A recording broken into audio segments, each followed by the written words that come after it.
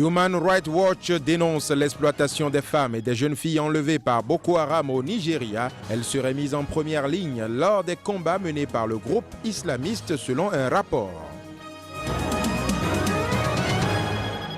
L'épidémie d'Ebola continue sa progression en Afrique de l'Ouest avec à ce jour plus de 4500 morts. Les Sierra-Léonais vivant à Londres tentent de venir en aide à leurs familles restées au pays. Deuil dans le rang des Bafana Bafana, l'Afrique du Sud a perdu Senzo Meyiwa. Le capitaine de l'équipe nationale de football du pays a été assassiné ce dimanche lors d'un cambriolage qui a mal tourné. C'est un plaisir pour moi de vous retrouver sur Sika, mesdames et messieurs. Bonjour, nous ouvrons ce journal par le Bénin avec les récentes sorties médiatiques d'une demi-douzaine de ministres et du chef de l'État en personne reprochant au COSLEPI, le Conseil d'orientation et de supervision de la liste électorale, une certaine lenteur dans la correction de cette liste. Les membres de cet organe sont montés au créneau hier. À la faveur d'une conférence de presse donnée ce lundi à leur siège, ils ont apporté des clarification sur le processus en cours au niveau du COSLEPI et la nécessité de fonds complémentaires pour conduire à terme les travaux. Je vous propose de suivre ici la substance de cette conférence de presse avec Sakalafia. Il est le président du COSLEPI sur les propos recueillis par Joël Yetonji et Floris Dossa. On va prendre la taille et les empreintes digitales, même la couleur des cheveux et la photo. Tous ces éléments nous permettent, avec les instruments actuels, de distinguer deux personnes ou qui voulaient frauder dans la liste. Donc, tout l'argent qu'on demande, c'est surtout pour ça. Et la liste est pratiquement prête, si vous voulez. Ceux-là, maintenant, peuvent aller voter. Ceux-là, peuvent imprimer leur carte d'électeur et aller voter à tout moment. Si on avait tout comme ça, on peut dire demain, il y a élection, on est prêt. Pour arriver à ce résultat, on a dû dépenser 9 milliards. Et des 9 milliards qu'on a dépensés, ne croyez pas que c'est pour ça seul. Et on sait que la première LEPI a coûté 45 milliards. Si maintenant, nous, on peut faire, on dit qu'avec 14 milliards, ça suffit, qu'on nous permet au moins d'avoir les 14 milliards. On ne peut pas à 9 milliards s'arrêter et dire, je ne donne plus rien, c'est trop cher, c'est le cost LEPI qui dilapide vos ressources et qui ne fait pas son boulot. Ça, c'est quelque chose qui ne tient pas la route à ce niveau. Un Allemand a été tué et un autre enlevé dans l'attaque de leur véhicule par les hommes armés dans le sud-ouest du Nigeria. L'attaque s'est produite vendredi matin à proximité de la ville de Sagamu dans l'état d'Ogun. Mais l'information n'a été dévoilée que ce lundi, coïncidant avec une visite du ministre allemand des Affaires étrangères, Frank-Walter Steinmeier, et de son homologue français, Laurent Fabius, à Abuja, la capitale nigériane. À l'issue d'un entretien avec leur homologue nigérien Amin Wali, ils se sont prononcés sur des projets conjoints que les trois pays comptent initier. Mais avant toute chose, il est important, selon eux, de trouver une solution à la menace Boko Haram. Suivons ici un extrait des interventions des ministres nigériens et français des Affaires étrangères. Les négociations sont toujours en cours et nous avons beaucoup de progrès à faire. Nous allons bientôt annoncer où nous en sommes exactement, mais bien sûr, quand les négociations avancent, il est délicat pour nous de se prononcer sur ce que nous allons obtenir.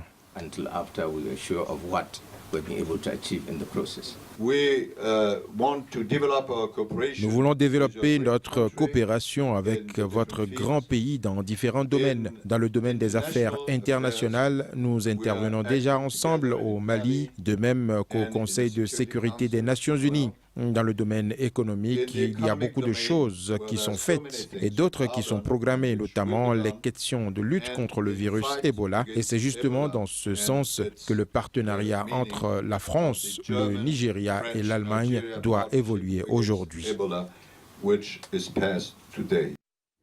Toujours au Nigeria, le rapport de Human Rights Watch publié ce lundi dénonce l'exploitation des femmes et des jeunes filles enlevées par le groupe terroriste Boko Haram. Elles seraient mises en première ligne lors des combats menés par le groupe islamiste. Reportage. Ce rapport intervient au moment où 30 adolescents, garçons et filles ont été enlevés ce week-end dans l'état de Borno, épicentre de l'insurrection islamiste dans le nord-est. La semaine précédente, 60 autres filles et jeunes femmes ont été enlevées à Ouaga et Gwarta, deux autres villes du sud de cet état.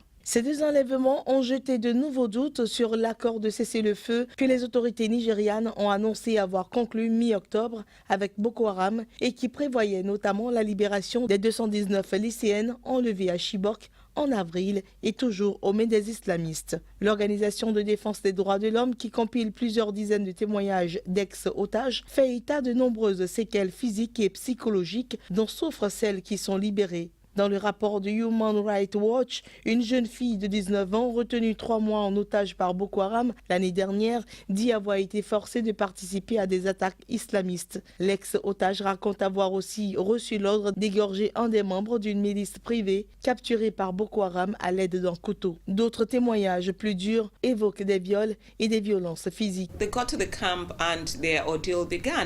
Une fois arrivées au camp, leur calvaire commence. Elles doivent en permanence cuisiner et nettoyer. Et puis, il y a la pression. La menace d'être tuées si elles ne se convertissent pas à l'islam. Puis finalement, ils relâchent la pression et ça recommence. Après qu'elles se soient converties, ils leur disent « Vous allez maintenant vous marier avec nous ».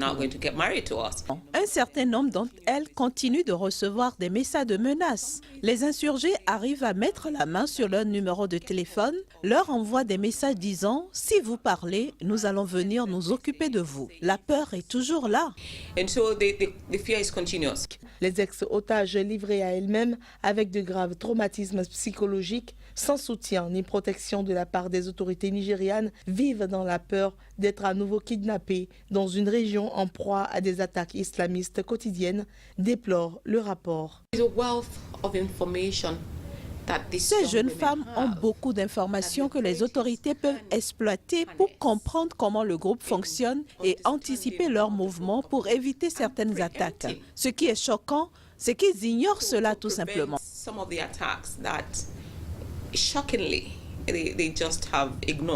Rappelons qu'en juillet dernier, une petite fille de 10 ans avait aussi été arrêtée dans l'état de Katsina, dans le nord-ouest du Nigeria, avec une ceinture d'explosifs autour de la taille.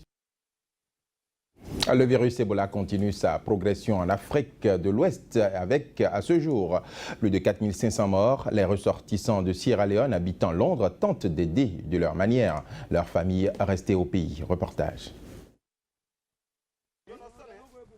Une urgence de santé mondiale. Le virus Ebola continue de se répandre en Afrique de l'Ouest. En Sierra Leone, 1200 personnes en sont déjà mortes. Depuis le début de l'épidémie, le Royaume-Uni a envoyé plus de 750 militaires sur place pour tenter d'éradiquer la maladie et a réussi à lever 160 millions d'euros. Les Sierra-Léonais vivant ici se mobilisent pour venir en aide à leurs compatriotes. Nous devons nous porter volontaires pour aller en Sierra Leone. Parce que nous avons la même culture, nous sommes plus acceptés là-bas. Nous connaissons la langue et la culture des habitants. Sur place, beaucoup de personnes se méfient du personnel médical étranger. Ce manque de confiance est un facteur de propagation du virus. Les Sierra-Léonais qui se portent volontaires pour partir pensent pouvoir changer les mentalités. En raison du niveau d'alphabétisation, certaines personnes ne croient pas que ce virus existe. Et en fait, il y a des rumeurs qui circulent que le virus Ebola a été fabriqué par l'homme. Donc toutes ces questions créent beaucoup d'abnégation. C'est pour cela qu'il faut que des personnes originaires de là-bas viennent avec une équipe pour aider à sensibiliser les gens et trouver des mesures de défense.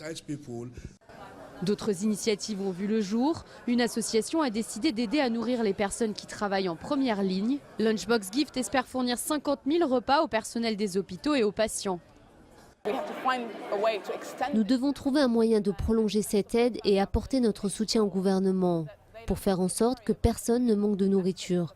S'assurer que toutes les personnes qui ont le virus Ebola, le personnel qui prend soin d'eux, l'ensemble du personnel et pas seulement les infirmières et les médecins, les porteurs, les nettoyants, les fossoyeurs, les équipes d'inhumation, les administrateurs, tous ces gens qui sont impliqués dans la crise Ebola. L'Organisation mondiale de la santé a annoncé que des vaccins expérimentaux allaient bientôt être testés. En attendant, en Sierra Leone, le personnel médical prend toujours en charge des centaines de malades. En Afrique du Sud, le ministère public a annoncé qu'il fera appel du verdict de la culpabilité et de l'appel prononcé contre Oscar Pistorius. Rappelons que le champion paralympique avait été reconnu coupable d'homicide involontaire sur sa petite amie Riva Steenkamp. La juge Thokozile Mazipa, qui a finalement accepté la version de l'accident et admis que Pistorius avait tué Riva en croyant tirer sur un cambrioleur, l'avait finalement condamné à 5 ans de prison ferme. Une semaine après la sentence, cette affaire qu'on croyait close refait donc surface avec la décision du parquet de faire appel du verdict et de la peine prononcée. Et puis toujours en Afrique du Sud, deuil dans le rang des Bafana Bafana. L'Afrique du Sud a vécu ce lundi comme un drame national la mort de Senzo Meyiwa, le capitaine de l'équipe nationale de football du pays. Ce dernier a été assassiné ce dimanche lors d'un cambriolage qui a mal tourné. Un drame qui arrive presque tous les jours dans ce pays miné par la violence. Reportage. Les mots ne peuvent pas exprimer le choc que ressent la nation, a déclaré le chef de l'État sud-africain Jacob Zuma dans un communiqué ce lundi matin. À la mi-journée, le chef de la police nationale a convoqué une conférence de presse retransmise en direct à la télévision pour donner le signalement de 2 des cambrioleurs, des hommes âgés d'une petite trentaine d'années. Le drame est survenu ce dimanche soir quand le gardien de but international passait la soirée chez sa petite amie Kelly Khumalo, une star de la chanson sud-africaine, en compagnie de 5 autres personnes. Après avoir passé le début de sa carrière dans un relatif anonymat, Meyiwa venait d'exploser au plus haut niveau à 27 ans avec son club des Orlando Pirates, finaliste de la dernière Ligue des champions d'Afrique, où il avait pris la place de numéro 1 dans les buts. Retenu en début de saison chez les Bafana Bafana, Meyiwa avait saisi l'opportunité d'une blessure du titulaire pour briller lors des récents matchs de qualification pour la CAN 2015. En quelques matchs, son rayonnement avait amené le sélectionneur à lui confier le brassard de capitaine qu'il portait depuis le mois de septembre dernier. Juste après cette triste nouvelle, son club a également donné une conférence de presse télévisée ce lundi. Nous savons que l'Afrique du Sud est plus pauvre aujourd'hui que son Senzo Meyiwa. Nous rendons un hommage à ce héros tombé et nous savons qu'il n'y a pas de tombe assez grande pour enterrer ce éléphant africain. Notre message est très clair. Ils peuvent courir, mais ils ne pourront pas se cacher. Ils ont pris la vie de cette âme innocente et de cet actif de la nation et ils doivent être punis pour ce qu'ils ont fait. La lutte pour ramener la sécurité dans nos communautés continue.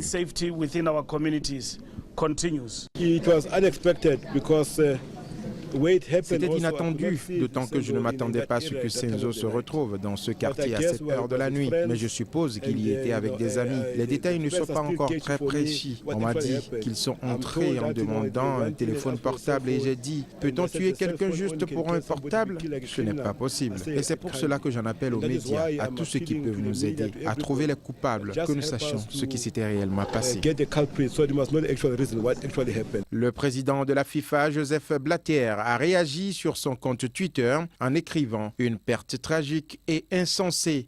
Précisons que l'affiche du championnat sud-africain entre les Pirates et les Kaizer Chiefs, prévue pour ce samedi au Soccer City Stadium de Soweto, a été reportée par respect pour Senzo. Voilà, madame, monsieur, ce sera tout pour cette édition que je vous remercie d'avoir suivi. Mais avant de partir, le proverbe africain du jour nous vient du Cameroun et dit « Même le poisson qui vit dans l'eau a toujours soif ». Même le poisson qui vit dans l'eau a toujours soif. Merci une fois encore de nous avoir suivis. L'information est en continu sur Sika TV et sur www.sikatv.info.